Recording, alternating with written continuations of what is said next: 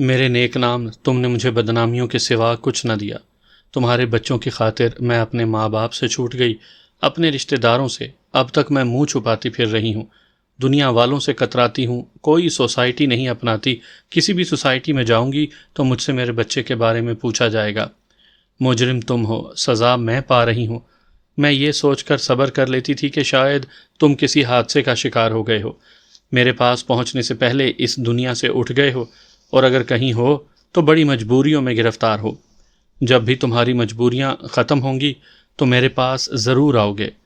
بس انہی خیالوں میں خود کو بہلاتے ہوئے میں نے اتنا عرصہ گزار دیا۔ وہ یک بیک چیخ اٹھا، یہ کیا بکواس کر رہی ہو؟ میں کیسے یقین کروں کہ تم نے میرے بعد شادی نہیں کی؟ اگر شادی نہیں کی تو کسی اور کو اپنا نہیں بنایا؟ کیا ثبوت ہے کہ میں تمہارے بچے کا باپ ہوں؟ کیا تم مجھے بدنام کرنا چاہتی ہو؟ وہ پہلے تو بالکل سکتے کی حالت میں رہ گئی۔ اسے توقع نہیں تھی کہ کبھی وہ ملے گا تو اپنے بچوں کا باپ بننے سے انکار کرے گا، اس پر اس طرح الزام عائد کرے گا۔ پھر وہ بھی بپھر گئی۔ دیکھو، میں پہلی اور آخری بات سمجھاتی ہوں کہ مجھے کوئی بازاری عورت نہ سمجھنا۔ میں نے اپنی جوانی، اپنی پارسائی، اپنے ماں باپ کا اعتماد اور اپنی انا، سب کچھ تم پر قربان کر دیا۔ اس کے باوجود تم مجھے ذلیل کرو گے تو میں تمہاری محبت کو طاق پر رکھ دوں گی اور تمہیں عدالت تک گھسیٹتے ہوئے لے جاؤں گی۔ میں کوئی ایسی ویسی عورت نہیں ہوں کہ اپنا سب کچھ لٹا کر اپنی عزت کے ہاتھوں مجبور ہو جاؤں۔ تم ایک عزت دار آدمی ہو، ریلوے کے ایک بہت بڑے آفیسر ہو، میں ایک بہت معروف لیڈی ڈاکٹر ہوں۔ نہ تمہیں بے وجہ بدنام کر سکتی ہوں اور نہ تمہیں بدنام کرنے کی سازش میں خود کو دنیا کے سامنے تماشا بنا سکتی ہوں۔ اگر میں یہ ثابت نہ بھی کر سکی کہ ان بچوں کے باپ تم ہو، تب بھی تمہیں دنیا والوں کے سامنے منہ دکھانے کے قابل نہیں رکھوں گی۔ شہریار نے غصے میں کچھ کہنے کے لیے منہ کھولا، پھر بند کر لیا۔ اچانک ہی یہ بات سمجھ میں آ گئی کہ وہ بارود کے ایک ڈھیر کے سامنے کھڑا ہوا ہے، مخالفت کی ذرا سی بھی چنگاری دکھائے گا تو ایک دھماکے سے اڑ جائے گا۔ او بیوی خدا کی رحمت ہوتی ہے، اس پر کتنی ہی دھونس جماؤ چوں نہیں کرتی۔ اس وقت سلمیٰ یاد آ رہی تھی۔ وہ بے بسی سے وحیدہ کو دیکھ رہا تھا، پھر آہستہ آہستہ الٹے پاؤں اپنے پیچھے ایک برتھ پر بیٹھا اور دونوں ہاتھوں سے سر تھام کر سوچنے لگا۔ وحیدہ نے پوچھا، ہمارا بچہ کہاں ہے؟ شہریار نے ایک جھٹکے سے سر کو اٹھایا۔ وہ لفظ ہمارا پر اعتراض کرنا چاہتا تھا، پھر عقل آ گئی۔ اس نے سر کو جھکا کر سوچا، وحیدہ ایک بچے کی بات کر رہی ہے، اسے نہیں معلوم ہے کہ دوسرا بچہ بھی میرے پاس پرورش پاتا رہا ہے اور اس نے دونوں کو ناجائز کہہ کر سلمیٰ کو ان کے ساتھ یہاں سے بھیج دیا ہے۔ اب وہی ناجائز بچے میرے ہو رہے ہیں۔ کیا یہ میرے ہیں؟ کیا میں انہیں تسلیم کر لوں؟ وہ اپنے اندر جھانکنے لگا۔ اس کے ضمیر نے کہا، بے شک وحیدہ کو دیکھو، اس کی محبت کو اور اس کے مزاج کو سمجھو۔ وہ ایک تعلیم یافتہ اور دولت مند لڑکی تھی، مجھ سے دھوکہ کھانے کے بعد کسی سے بھی شادی کر کے اپنا ایک گھر بسا سکتی تھی۔ وہ ایک لیڈی ڈاکٹر تھی، اس بچے کو ضائع کر سکتی تھی، لیکن اس نے ایسا نہیں کیا۔ وہ محبت کی ماری محبت میں مر گئی۔ اب میں اس پر اعتماد نہیں کر رہا ہوں۔ اعتماد نہ کروں تب بھی مجھے نجات نہیں ملے گی۔ یہ کوئی ایسی ویسی نہیں ہے، جو کہہ رہی ہے کر دکھائے گی۔ جہاں میرے لیے برسوں انتظار کیا ہے اور اس بچے کی پرورش کی ہے، وہاں وہ بچے کو جائز حقوق دلانے کے لیے عدالت تک بھی پہنچ جائے گی، خود کو تماشا بنائے گی، مگر اپنی بات منوا کر رہے گی۔ نہیں منوا سکی تو مجھے ہر جگہ بدنام کرتی پھرے گی۔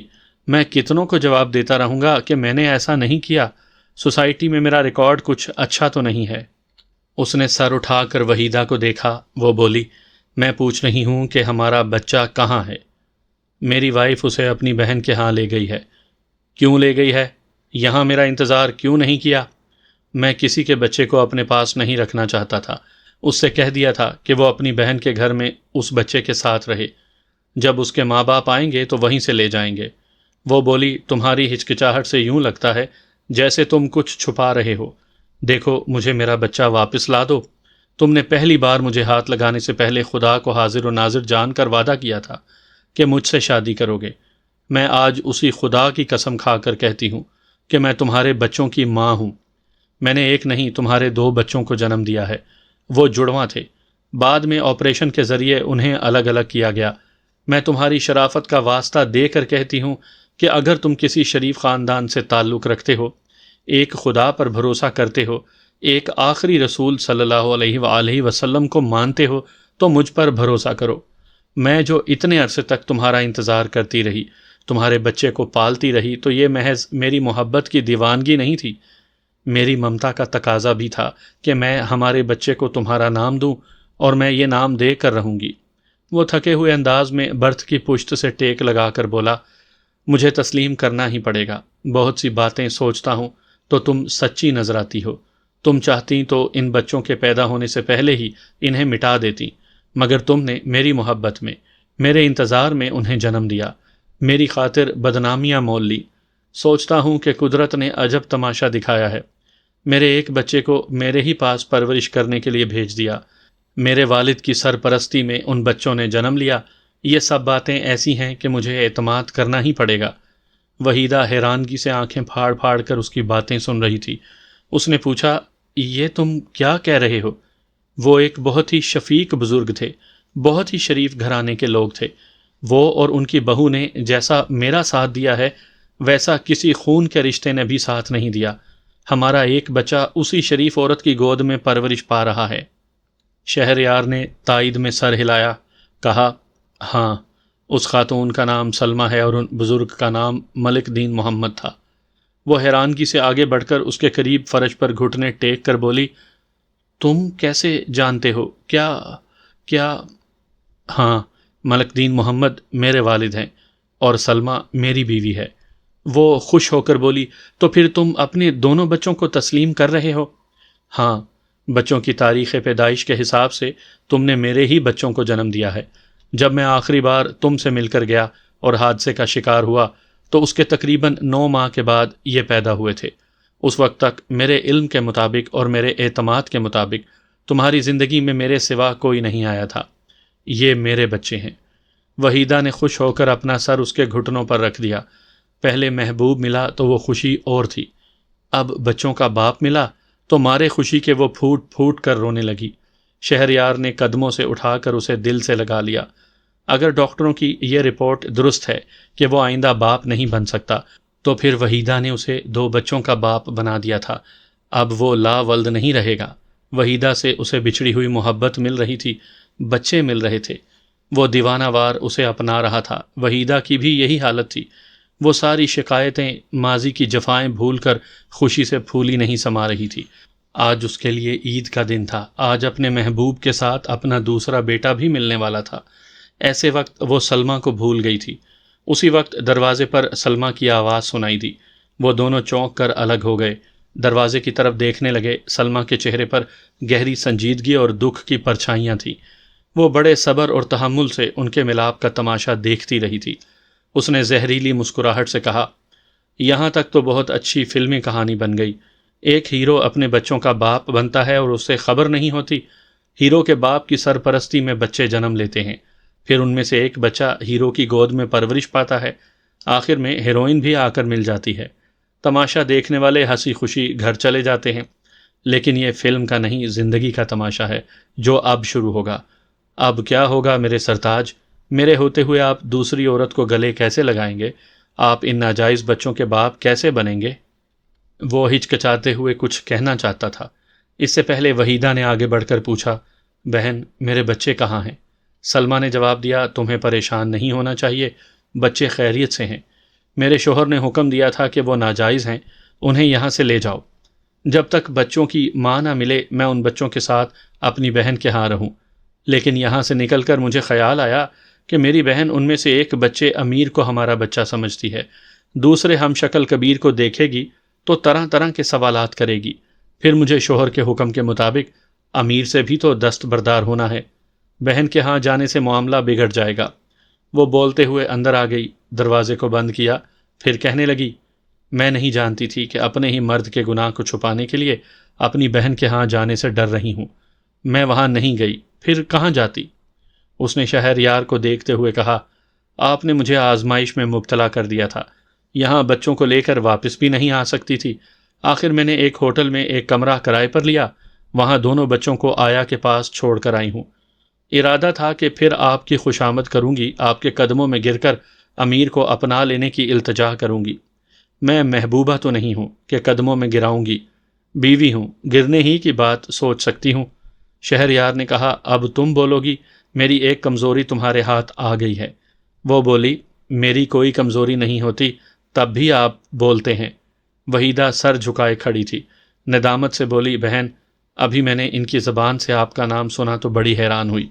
دوسرے لمحے وہ حیرانی خوشی میں بدل گئی کہ میں یہاں اپنے دوسرے بیٹے امیر کو پاؤں گی، اسے مدتوں بعد سینے سے لگا کر چوم سکوں گی۔ سچ ہے، انسان خواہ کتنا ہی پرخلوص اور ملنسار ہو، وہ اندر سے تھوڑا خود غرض ہوتا ہے۔ یہ میری خود غرضی ہے کہ میں آپ کے احسانات کو بھول کر اپنے نیک نام کی قربت سے بہلتی چلی گئی۔ یہ بھی بھلا دیا کہ یہ نیک نام میری محسنہ کا جیون ساتھی ہے۔ سلمہ نے اسے گہری نظروں سے دیکھتے ہوئے کہا، چلو کوئی بات نہیں، تمہیں غلطی کا احساس ہو گیا، یہ بڑی بات ہے۔ اب میرے ساتھ ہوٹل چلو اور اپنے دونوں بچوں کو لے کر چلی جاؤ۔ میرے شوہر جس چیز کو ناجائز اور حرام کہتے ہیں، میں اسے اپنے گھر میں نہیں رکھ سکتی۔ وحیدہ نے حیرانگی سے پوچھا، کیا اتنے عرصے تک امیر کو سینے سے لگائے رکھنے کے بعد آپ اسے آسانی سے چھوڑ سکیں گی؟ سلمہ کی آنکھیں بھیگ گئیں، وہ اپنی آواز میں آنسوؤں کو چھپاتے ہوئے بولی، میں نے پرائی اولاد کو اتنا پیار دیا، یہ میری نادانی تھی۔ مجھے پہلے ہی سمجھنا چاہیے تھا کہ میں ماں نہیں، ایک پالنا ہوں۔ بچہ پالنے سے لڑک کر اپنی ماں کی گود میں گرتا ہے، پالنا تو خالی ہی رہ جاتا ہے۔ شہریار نے جھجکتے ہوئے کہا، تم خالی نہیں رہو گی، اب صرف امیر ہی نہیں، کبیر بھی تمہارا ہے۔ تم دونوں بچوں کو محبت اور مامتا دے سکتی ہو، اب میں اعتراض نہیں کروں گا۔ کیا آپ کے اعتراض نہ کرنے سے وہ بچے جائز ہو جائیں گے؟ کیا گناہ دھل جائیں گے؟ کیا آپ دونوں نے اللہ تعالیٰ کے احکامات اور اپنے رسول صلی اللہ علیہ وآلہ وسلم کی شریعت کے مطابق نکاح پڑھا لیا تھا؟ کیا آپ نے ان دونوں بچوں کو پیدا کرنے کے لیے دین اور دنیا کی رضامندی حاصل کی تھی؟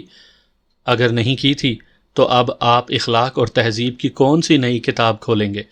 مجھ جیسی اندھا اعتماد کرنے والی بیوی کو کون سا نیا سبق پڑھائیں گے؟